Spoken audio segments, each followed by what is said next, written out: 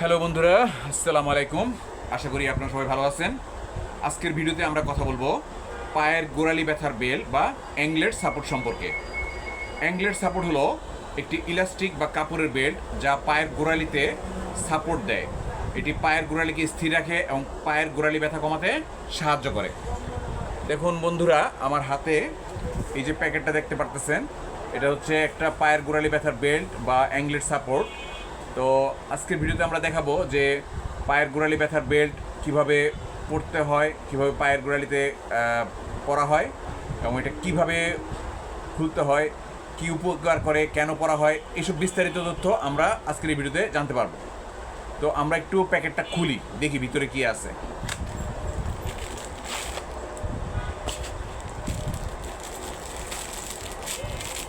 পলিপ্যাকে মোড়ানো।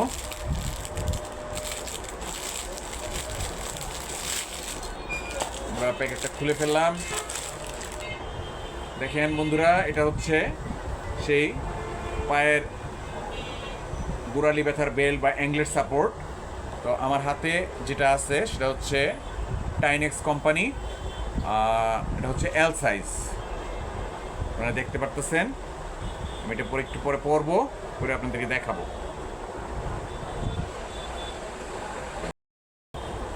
তো বন্ধুরা, আমি একটু পড়ি, পরে আপনাদেরকে দেখাই কিভাবে এটা পড়তে হয়। আশা করি আপনারা দেখতে পারতেছেন।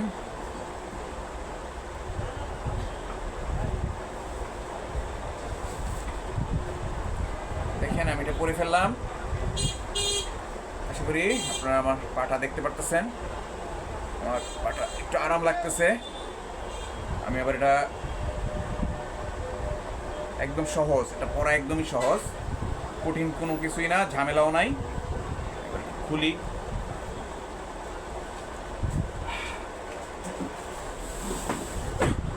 তো বন্ধুরা, আপনারা দেখলেন যে কীভাবে অ্যাঙ্গলেট সাপোর্ট বা পায়ের গোড়ালি ব্যথার বেল্ট পরতে হয় এবং খুলতে হয়।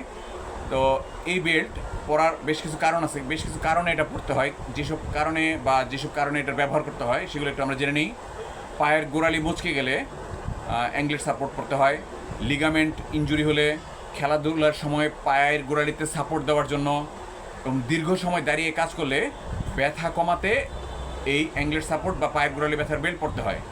এছাড়া পায়ের গোড়ালি যদি কোনো কারণে দুর্বলতা থাকে তখনও কিন্তু পায়ের গোড়ালি ব্যথার বেল্ট বা অ্যাঙ্গলেট সাপোর্ট পরতে হয়। এবার আসুন আমরা এটা একটু জেনে নিই যে পায়ের গোড়ালি ব্যথার বেল্ট কিভাবে কাজ করে। এটা পায়ের গোড়ালিতে কম্প্রেশন বা চাপ দেয়, ফলে পায়ের ফোলা বা ব্যথাটা কমে যায়। পায়ের জয়েন্টকে স্টেবল রাখে বা স্থিতিশীল রাখে, ফলে হাঁটার সময় ব্যথা কম লাগে। তবে পায়ের গোড়ালি ব্যথার বেল্ট বা অ্যাঙ্গলেট সাপোর্ট ব্যবহার করার সময় বেশ কিছু সতর্কতা অবলম্বন করতে হবে। খুব বেশি টাইট করে পরবেন না। রক্ত চলাচল বন্ধ হয়ে যাচ্ছে কিনা খেয়াল করবেন। দীর্ঘ সময় একটানা পরে থাকলে মাঝে মাঝে খুলে নিন। গুরুতর ইনজুরিতে অবশ্যই ডাক্তার দেখাবেন। শুধু পায়ের গোড়ালি ব্যথার বেল্ট বা অ্যাঙ্গলেট সাপোর্টের উপরে ভরসা করবেন না। আচ্ছা, আপনারা অ্যাঙ্গলেট সাপোর্ট বা পায়ের গোড়ালি ব্যথার বেল্ট কেনার সময় অবশ্যই সাইজটা খুব গুরুত্বপূর্ণ। আপনার অ্যাঙ্গলেট বা গোড়ালির সাইজের উপরে ডিপেন্ড করে যে আপনি কোন সাইজটা ব্যবহার করবেন। সাইজের উপরেই কিন্তু আপনার এটার কার্যকারিতা অনেকটা নির্ভরশীল।